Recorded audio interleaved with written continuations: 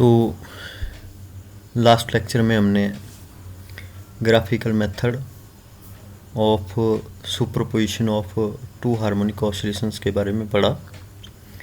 तो ये हमारे पास दो डायग्राम हैं। तो ये दूसरी डायग्राम पहली डायग्राम का सिंप्लीफिकेशन है, तो जिसमें हमने A2 और P2P इसको यहाँ से हटाया है। बाकी हमारे पास यहाँ पे जो हम ये टोटल निकाला था हमने और फेज़ की वैल्यू हमने यहाँ पे निकाली थी, तो ये हमारे पास अंडरूट ऑफ A1 का स्क्वायर प्लस A2 का square plus 2A1 A2 cos of theta आया था। और जो हमारे पास टेंजेंट ऑफ डेल्टा है वो हमारे पास A1 sine theta plus A2 sine theta 2 divided by A1 cos theta 1 plus A2 cos theta 2 हमारे पास आया था। फिर हमने बात की थी हमारे पास जो डैम्प्ड हार्मोनिक मोशन है, तो ऐसी ऑसिलेशन जिसमें जो डिस्प्लेसमेंट है वो विद रिस्पेक्ट टू टाइम कम होती जाती है, मतलब एम्पलीट्यूड भी कम होता जाता है, और energy dissipation damped harmonic oscillator के केस में हमारे पास होती है। लेकिन इससे पहले पिछले चैप्टर में हमने जो किया वो अनडैम्प्ड हार्मोनिक ऑसिलेटर का था, जिसमें कि हमें मान के चलते हैं कि एम्पलीट्यूड कभी डिक्रीज नहीं होता, एम्पलीट्यूड हमेशा एक कांस्टेंट वैल्यू रहती है, no dissipation of energy take place.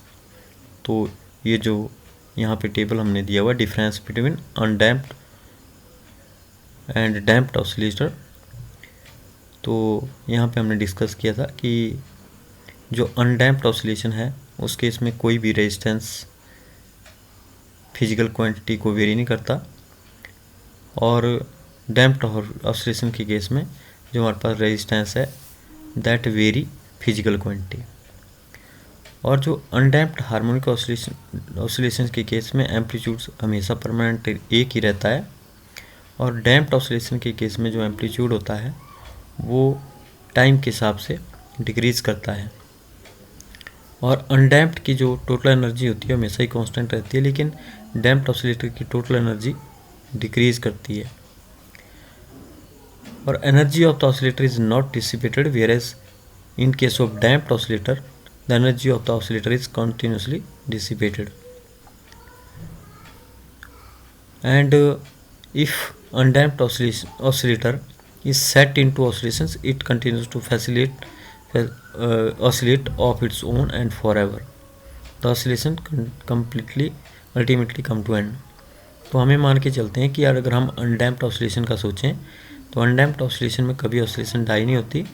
अगर एक बार उसको हम ऑसिलेशन दे देते हैं तो वो ऑसिलेशन जो है फॉर एवर रहती है, लेकिन ये हमें रियल केस में देखने को नहीं मिलता।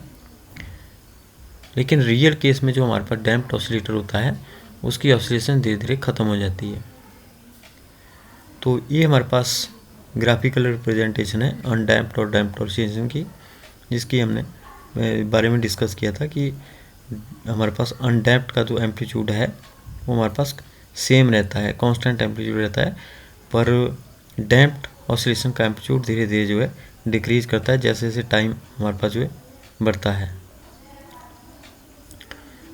तो नेक्स्ट हमने बात की थी डैम्पिंग की, कि हमारे पास जो डैम्पिंग होती है, डैम्पिंग का मतलब होता है कि हमारे पास जो ऑसिलेशन है वो धीरे धीरे ख़त्म जो होती है। तो ये डैम्पिंग क्यों होती है ऑसिलेटर के केस में, इसका जो फेनोमेनन है डैम्पिंग का वो बहुत कम्प्लेक्स है, लेकिन हम क्या मान के चलते हैं कि कुछ फैक्टर्स होते हैं जो डैम्पिंग के लिए रिस्पॉन्सिबल हैं। तो डैम्पिंग जो होती है it may be due to viscous drag, friction and structure. तो इन दोनों के बारे में मैंने क्लास में बात की थी कि जो हमारे पास विस्कोसिटी होती है मीडियम की वो भी डैम्पिंग के लिए रिस्पॉन्सिबल होती है।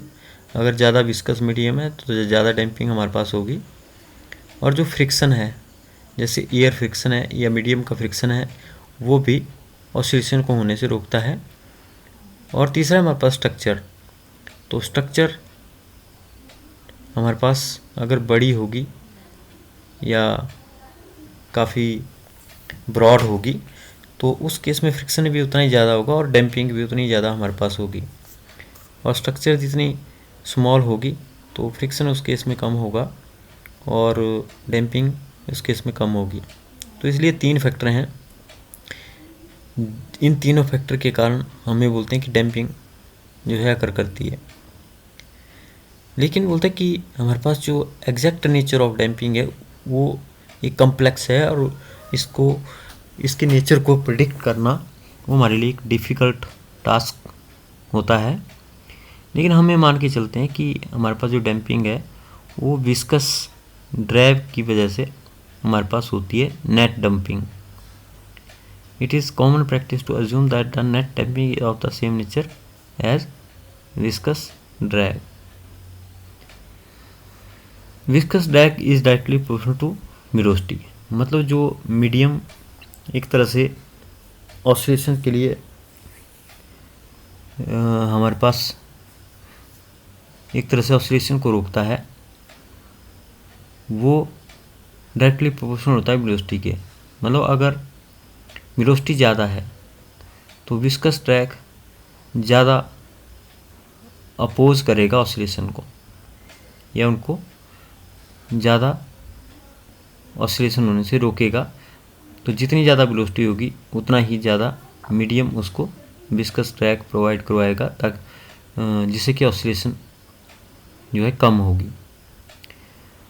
लेकिन बोलता है कि ये जो हमारे पास फैक्ट हम कह रहे हैं कि viscous drag is directly proportional to velocity, ये तब होता है अगर ऑसिलेशन स्मॉल हो। मतलब बहुत ज़्यादा हमारे पास जो ऑसिलेशन है उसका जो एम्पलीट्यूड है बहुत ज़्यादा ना हो। तो in case of oscillation is small viscous drag is directly proportional to velocity. और जो विस्कस ड्रैग्स है वो मोशन को रिटार्ड करता है, रोकता है। जो हमारे पास ऑसिलेटर है उसकी मोशन को विस्कस ड्रैग रोकता है। And may be called resistive factor और रेजिस्टिव फोर्स। तो जो विस्कस ड्रैग किसी ऑसिलेटर की मोशन को रोकता है तो उसको हम बोलते हैं कि वो रेजिस्टिव फैक्टर होता है या उसको हम रेजिस्टिव फोर्स बोलते हैं। तो जैसे मैकेनिकल ऑसिलेटर के केस में जो मीडियम है वो मीडियम जैसे एयर भी हमारे पास हो सकता है।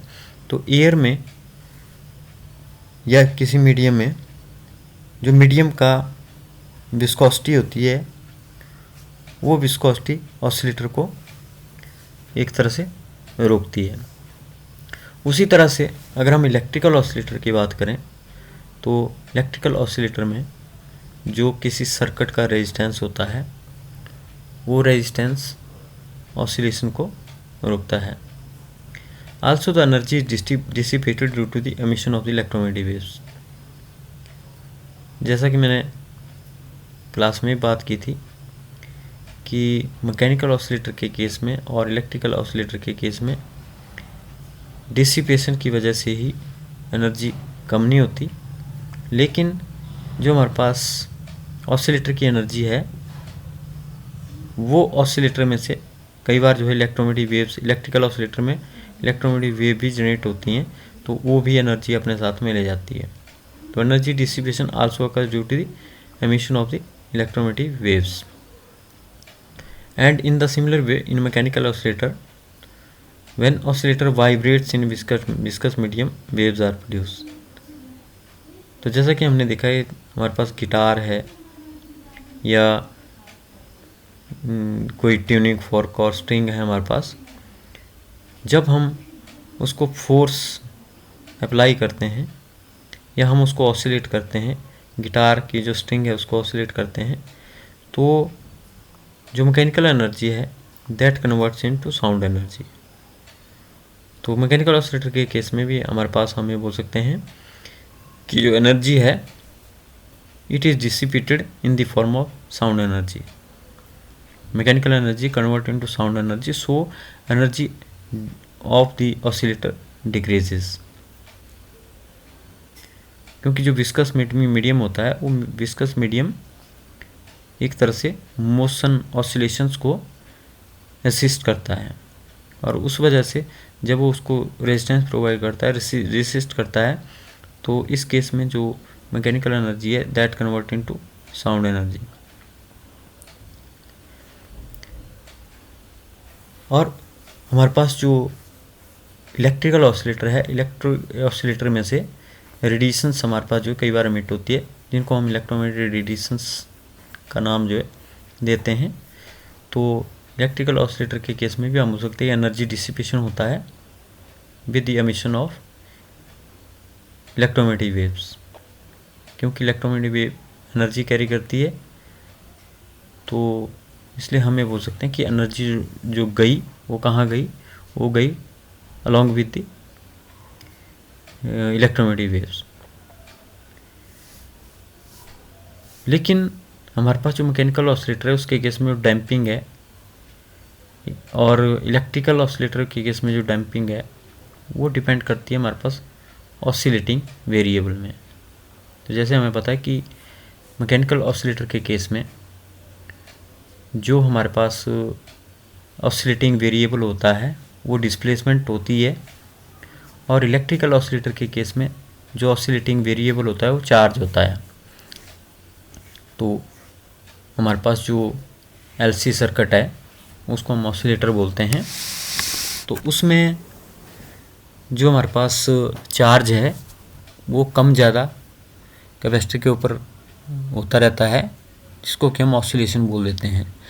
तो उस वजह से कैपेसिटर के ऊपर चार्ज भी मैक्सिमम मिनिमम हमारा वेरी करता है। और जो मैकेनिकल ऑसिलेटर है उसमें जो एक्स है, मीन पोजीशन से लेकर के एक्सट्रीम पोजीशन तक का डिस्टेंस, वो भी वेरी करता रहता है मैक्सिमम टू मिनिमम, और इसी को हम ऑसिलेशन भी बोलते हैं। तो बोलते हैं कि अगर मान लो हमारे पास ऑसिलेटिंग वेरिएबल एक्स है, तो जो हमारे पास डैम्पिंग फैक्टर या रेजिस्टिव फैक्टर होता है वो हमारे पास जो dx/dt होता है। और हम क्या बोलते हैं कि जो हमारे पास डैम्पिंग फोर्स होती है, डैम्पिंग फोर्स डायरेक्टली प्रोपोर्शनल होती है dx/dt के, और Fd will be equal to R into dx/dt। तो यहाँ पे प्रोपोर्शनल साइन को हटा के हम यहाँ पे R यहाँ पे यूज़ करते हैं, और इस R को हम डैम्पिंग कांस्टेंट बोलते हैं। R हमारे पास जो डैम्पिंग कांस्टेंट होता है, इसलिए हम क्या बोलते हैं कि हमारे पास जो डैम्पिंग फोर्स है Fd, D से डैम्पिंग, वो डैम्पिंग फोर्स है that is proportional to velocity, dx/dt velocity होता है। तो हम ये बोल सकते हैं कि जितनी ज़्यादा वेलोसिटी होगी उतनी ही ज़्यादा डैम्पिंग फोर्स ऑसिलेटर के ऊपर लगेगी, जिससे कि उसकी मोशन के ऊपर हमारे पास जो फर्क पड़ेगा। तो इस एक्सप्रेशन से हम R को डिफाइन कर सकते हैं। R अगर आप हमने निकालना है तो हम क्या बोलेंगे, Fd डिवाइडेड बाई dx/dt। और ये तो है मैकेनिकल ऑसिलेटर के लिए एक्सप्रेशन, लेकिन अगर हम इलेक्ट्रिकल ऑसिलेटर के लिए एक्सप्रेशन लें तो x के बजाय यहाँ पे हमें q लेना पड़ेगा। और हम जैसा कि हमें पता है कि dq/dt करंट के बराबर होता है, तो ये हमारे पास IR बनेगा यहाँ पे। तो हमें पता है कि V इक्वल टू IR हमारे पास होता है। तो इसका मतलब इलेक्ट्रिकल ऑसिलेटर के केस में जो डैम्पिंग फोर्स होती है वो वोल्टेज होती है। इलेक्ट्रिकल ऑसिलेटर के केस में जो डैम्पिंग फोर्स होती है हमारे पास वोल्टेज होती है, और उस केस में ये स्मॉल r जो है सर्किट का रेजिस्टेंस होता है, और उसको हम कैपिटल R से लिखते हैं, और dq/dt वो हमारे पास करंट के बराबर होता है। तो हम इसको ये सोच सकते हैं कि इलेक्ट्रिकल ऑसिलेटर के केस में ये ओम्स लॉ है, V इक्वल टू IR। तो अगर हम मैकेनिकल ऑसिलेटर की बात करें तो हम क्या बोलते हैं कि मैकेनिकल ऑसिलेटर के केस में Fd जो है हमारे पास रेजिस्टिव फोर्स होती है, जो कि ऑसिलेटर की मोशन को रोकती है। और D X by D T velocity होती है, तो इसलिए आर के जो डायमेंशन हमारे पास होंगे वो फोर्स अपॉन वेलोसिटी होंगे। तो अभी जो हमने फॉर्मूला किया उसके बेस पे ये बात हम यहाँ पे बोल रहे हैं कि एफ टी जो है वो R into D X by D T हमारे पास होता है, तो इसलिए आर हमारे पास जो F T divided by D X by D T होगा, मतलब कि जो हमारे पास damping force divided by velocity is equal to R damping constant. तो damping constant is defined as the damping force per unit velocity. तो वही चीज़ यहाँ पे लिखी हुई है। तो इसलिए बोलता है कि यूनिट अगर हम इस डैम्पिंग कांस्टेंट के निकालें अगर, तो वो भी हम इसी फॉर्मूले से यहाँ पे निकाल सकते हैं। डैम्पिंग कांस्टेंट आर के यूनिट क्या होंगे, फोर्स के unit divided by D X by D T unit, मतलब वेलोसिटी के यूनिट। तो इसलिए जो हमारे पास फोर्स के यूनिट हैं वो होते हैं किलोग्राम मीटर पर सेकंड स्क्वायर बटे जो हमारे पास वेलोसिटी के यूनिट होते हैं वो होते हैं मीटर पर सेकंड। और इसको अगर हम फाइंड आउट करें तो किलोग्राम पर second are the units for the damping constant small R. तो डैम्पिंग कांस्टेंट के यूनिट हमारे पास सिंपली किलोग्राम पर सेकंड हमारे पास होते हैं। और अगर हम इलेक्ट्रिकल ऑसिलेटर के केस में लें तो जैसा मैंने बताया था, इलेक्ट्रिकल ऑसिलेटर में जो डैम्पिंग फोर्स है ये हमारे पास जो है इक्विवेलेंट टू वोल्टेज होती है, और D X by D T हमारे पास D Q by D T होता है, क्योंकि यहाँ पे एक्स की जगह जो वेरिएबल क्वांटिटी होती है वो चार्ज हमारे पास होता है।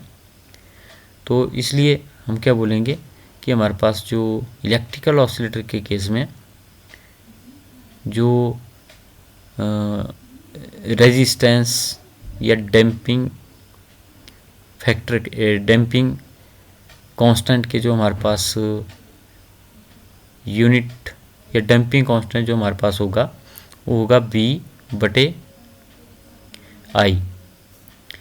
तो R will be equal to V बटे आई। तो हम यहाँ पे बोले डैम्पिंग फोर्स को वोल्टेज, और D X by D T मतलब D Q by D T वो हमारे पास करंट होता है। तो हम क्या बोलेंगे V equal to I R. तो आर यहाँ पे सर्किट का रेजिस्टेंस होगा, और उस रेजिस्टेंस को हम किस तरह से डिफाइन कर सकते हैं, वोल्टेज अपॉन करंट। तो वोल्टेज पर unit current is known as the resistance of the circuit. Thus damping constant may be defined the resistive voltage पर यूनिट करंट। तो voltage upon current damping constant हमारे पास होता है, लेकिन अगर हमने डैम्पिंग कांस्टेंट को डिफाइन करना है तो हम बोलेंगे डैम्पिंग कांस्टेंट क्या होता है, ये होता है रेजिस्टिव वोल्टेज पर यूनिट करंट। मतलब अगर करंट को 1 आप मान लें तो हम क्या बोलेंगे कि करंट की वैल्यू 1 यूनिट मानेंगे, तो हमारे पास जो डैम्पिंग कांस्टेंट है वो हमारे पास जो है रेजिस्टिव वोल्टेज के बराबर हमारे पास होगा। तो यहीं से ये जो एक्सप्रेशन है हमारे पास, अगर हम इसको V मानते हैं और ये हमारे पास रेजिस्टेंस है और ये करंट है, तो हम क्या बोलेंगे वोल्टेज पर unit current is equal to resistance of the electrical circuit. तो डैम्पिंग फैक्टर होता है it varies with time. Damping factor time के हिसाब से चेंज होता है। Damping factor depends upon D X by D T. अभी हमने पीछे देखा कि जो डैम्पिंग फैक्टर है वो हमारे पास स्मॉल आर होता है, और इस D X by D T को आप बटे में ले जाएं तो हम क्या बोलेंगे एफ डी बटा D X by D T is equal to R. तो इसलिए आर जो है D X by D T पे डिपेंड करता है। एफ डी बटा आर कितना होगा, एफ डी बटा D X by D T. तो आर जो होता है हमारे पास, हम क्या बोल सकते हैं कि जो D X by D T है उस पर डिपेंड करता है, which for the simple harmonic oscillations vary sinusoidally. तो हमें पता है कि जो D X by D T है इसको हम वेलोसिटी बोलते हैं। तो वेलोसिटी जो है टाइम के हिसाब से साइनसॉइडली वेरी करती है। जैसे साइन वेव होती है वैसे ही हमारे पास जो वेलोसिटी का ग्राफ होता है, जिसको हमने ऑलरेडी पहले डिस्कस किया हुआ है जब हमने डिस्प्लेसमेंट, वेलोसिटी और एक्सीलरेशन का ग्राफ बनाया था। Therefore the damping factor also varies sinusoidally. तो डैम्पिंग फैक्टर हमारे पास जो होता है आर होता है वो एफ टी बटा D X by D T है। अगर D X by D T sinusoidally vary करता है तो नेचुरली अगर हम रिलेशन से देखें F T equal to R into D X by D T, तो रिलेशन से हमें पता चलता है कि जो डैम्पिंग फैक्टर आर है वो भी साइनसॉइडली वेरी करता है। मतलब अगर D X by D T sinusoidally vary करता है तो एफ डी बटा आर भी साइनसॉइडली वेरी करता है, जिसको कि हम एफ डी बटा D X by D T भी साइनसॉइडली वेरी करता है, क्योंकि D X by D T sinusoidally vary करता है। तो इसलिए आर हमारे पास जो हुआ डैम्पिंग फैक्टर वो भी साइनसॉइडली वेरी करेगा। फिर नेक्स्ट बुक में हमारे पास एक प्रॉब्लम है, प्रॉब्लम कई बार पेपर में आ जाती है। तो इसमें बोला हुआ है कि damping so that damping force is neither a constant nor depend upon displacement और acceleration, on the other hand it depend upon velocity L1। तो जो डैम्पिंग फोर्स होती है हमारे पास, जिसको हम एफ टी बोलते हैं, बोलता है ये एफ टी हमारे पास ना तो कोई कांस्टेंट होता है, ना ही ये डिस्प्लेसमेंट और एक्सलेशन पे डिपेंड करता है, लेकिन जो एफ टी है वो हमारे पास जो वेलोसिटी पे ही अकेला डिपेंड करता है। तो ये क्वेश्चन वैसे तो एक न्यूमेरिकल प्रॉब्लम में दिया हुआ है बुक में, लेकिन ये एक तरह से इसको हम एक आर्टिकल मान के चलेंगे, क्योंकि पेपर में ये क्वेश्चन जो आता है। तो बोलता है कि इसको हमने कैसे सॉल्व करना है। बोलता है यहाँ पे एक कंसेप्ट हम लगाते हैं कि जो हमारे पास डैम्पिंग फोर्स होती है वो एक फ्रिक्शनल फोर्स होती है, और डैम्पिंग फोर्स काम क्या करती है, जो ऑसिलेटर है उसको रोकती है। तो damping force is a frictional force, लेकिन हमें पता है कि जो फ्रिक्शनल फोर्स होती है वो नॉन कंजर्वेटिव होती है। फ्रिक्शनल फोर्स नॉन कंजर्वेटिव होती है। इसका मतलब क्या हुआ, हमने दो तरह की फोर्सेस पढ़ी है, कंजर्वेटिव और नॉन कंजर्वेटिव। कंजर्वेटिव फोर्स ऐसी होती है जो वर्क डन करती है अलॉन्ग ए क्लोज पाथ, वो वर्क डन जो है जीरो होता है। लेकिन जो हमारे पास नॉन कंजर्वेटिव फोर्स है, नॉन कंजर्वेटिव फोर्स के केस में जो work done by some non conservative force have some value. तो नॉन कंजर्वेटिव फोर्स जो हमारे पास वर्क करती है, नॉन कंजर्वेटिव फोर्स जो वर्क करती है, हम क्या बोलते हैं उस केस में जो वर्क डन होता है, that work done have some value. और जो हमारे पास कंजर्वेटिव फोर्स है, तो कंजर्वेटिव फोर्स के केस में जो वर्क डन होता है वो जीरो होता है। तो in case work done bye A conservative force is zero, but work done bye a non conservative force is non zero. तो ये कंसेप्ट हम यहाँ पे लगाएंगे कि कंजर्वेटिव फोर्स जो काम करती है वो हमारे पास ओवर वन टाइम पीरियड, एक टाइम पीरियड में जो कंप्लीट टाइम पीरियड में जो काम करती है वो हमारे पास जो जीरो होता है। लेकिन नॉन कंजर्वेटिव फोर्स जो काम वर्क डन करती है वो हमारे पास जो नॉन जीरो वैल्यू होती है। तो यही कंसेप्ट हम यहाँ पे लगाएंगे। हमें पता है कि जो वर्क डन होता है वो एफ इंटू डी एक्स के बराबर होता है, और इस केस में जो वर्क डन होगा that will be equal to minus F D into D X. यहाँ पे एफ डी है वो डैम्पिंग फोर्स है, और डी एक्स हमारे पास जो स्मॉल डिस्प्लेसमेंट है। तो ये फॉर्मूला हम जो है हर एक केस में यहाँ पे अप्लाई करेंगे। तो D W equal to minus F D into D X. तो पहला केस अगर हम लें तो हम पहला केस यहाँ पे लिखेंगे कि नाइदर ए कांस्टेंट। तो हम अगर इसको कांस्टेंट मान के चलें एफ डी को, और फिर हम वर्क डन निकालें, तो वो वर्क डन हमारे पास जो है इस केस में जो है 0 हमारे पास आता है। तो लेकिन ये एक फ्रिक्शनल फोर्स है, 0 होना ही चाहिए, तो इसलिए हम क्या बोलते हैं कि it is not a constant. और उसी तरह से डिस्प्लेसमेंट और एक्सेलरेशन के केस में भी हम वर्क डन निकालते हैं, तो वो भी हमारे पास वहाँ पे वर्क डन जो है 0 हमारे पास आता है, लेकिन नॉन कंजर्वेटिव फोर्स के कारण जो वर्क डन होता है वो हमारे पास जो नॉन जीरो होता है। तो इस तरह से बुक में देख सकते हैं किस तरह से हमने इस क्वेश्चन को किया हुआ है। तो ये इसमें एक ही फॉर्मूला हमारे पास हुआ है यूज़ वर्क डन का, dW = -FD/dx। लेकिन टाइम पीरियड अगर हम